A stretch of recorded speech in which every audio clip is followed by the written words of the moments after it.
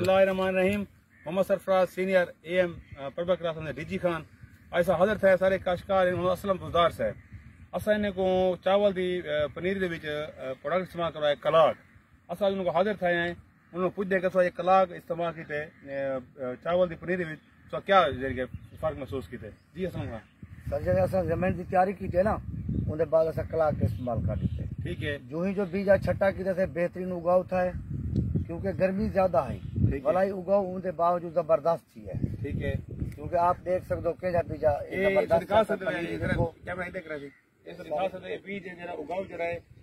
जले कुछ शिफ्ट करने ना भलाई दोबारा कलाक जमीन से पावने वाला बाद शिफ्ट करने अच्छा ये आगे आगे बीजा रहंदे आवे आगे जमीन कर कैसे करना पड़े आवे फर्क महसूस क्या कीते इतना जबरदस्त उगाव और सरसब्ज है तो सभी ने काशकार क्या मशवरा दोगे जनाब कलाक भी इस्तेमाल करो अच्छा कलाक का ज्यादा फायदा है ठीक है मेहरबानी शुक्रिया।